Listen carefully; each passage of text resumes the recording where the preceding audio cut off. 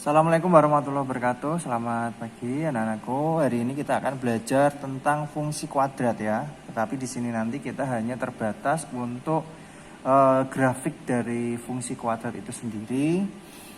Sebelum kita masuk ke grafik, Pak Alis akan memberikan bagaimana cara dalam menentukan akar-akar dengan 3 cara ya. Yang pertama adalah faktorisasi. Yang kedua adalah melengkapkan kuadrat sempurna, dan yang ketiga adalah dengan rumus ABC. Tapi di sini yang paling banyak dipakai kan faktorisasi ya. Jadi untuk faktorisasi sendiri itu di sini misalnya Pak Alis punya soal gini ya. Kalian disuruh mencari akar-akar dari persamaan kuadrat x kuadrat min 2x kemudian min 15 sama dengan 0 gitu.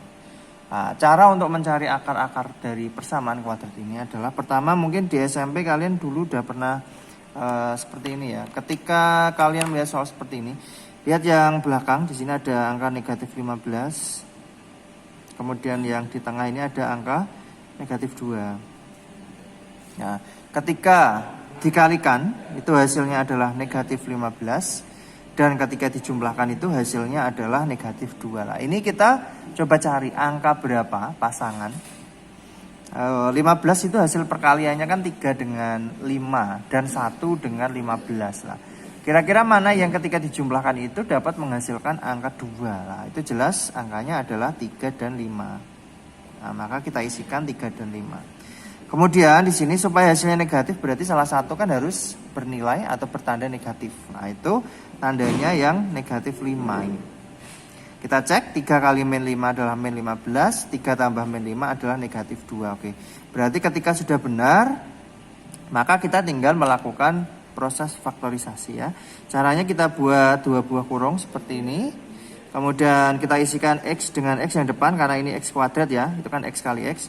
15 tadi adalah 3 sama min 5. Ini 3 kan positif, berarti plus 3 dan 5-nya negatif.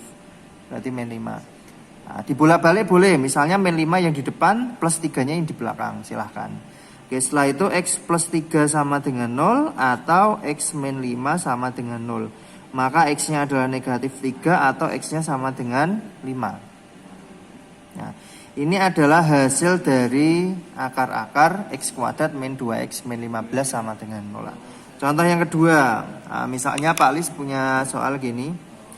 X kuadrat dikurangi 16 sama dengan 0. Nah, ini berbeda dengan yang A ya.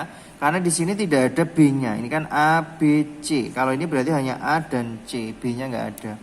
Maka di sini kita cari sama seperti tadi, min 16 itu ketika dikalikan. Sedangkan B nggak ada kan 0 ya, nganggapnya 0 itu ketika dijumlahkan. Nah, kita cari angka yang ketika dikalikan itu hasilnya adalah 16. Jelas 4 dengan 4 ya. Lah, supaya hasilnya itu 0 ketika dijumlah berarti salah satunya harus negatif.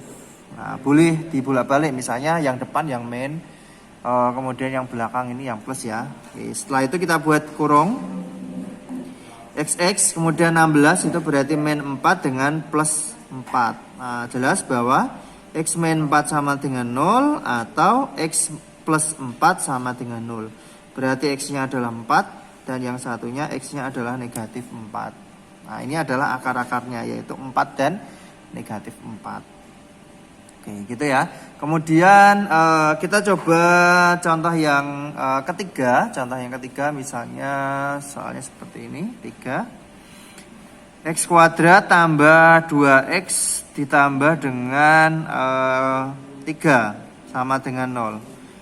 Nah, kita cari angka yang ketika dikalikan 3 terus ketika dijumlahin itu 2 ya.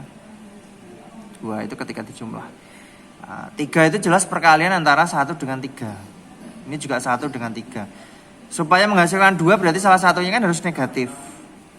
Ya, tetapi ketika kita cek min 1 kali 3 itu kan min 3 bukan 3 positif. Terus kalau ini benar ya, min 1 tambah 3 itu 2. Maka ini hasil perkalian dan penjumlahan ini tidak sesuai. Karena ada salah satu yang tidak pas, yaitu yang min 1 kali 3 kan bukan 3 tetapi min 3.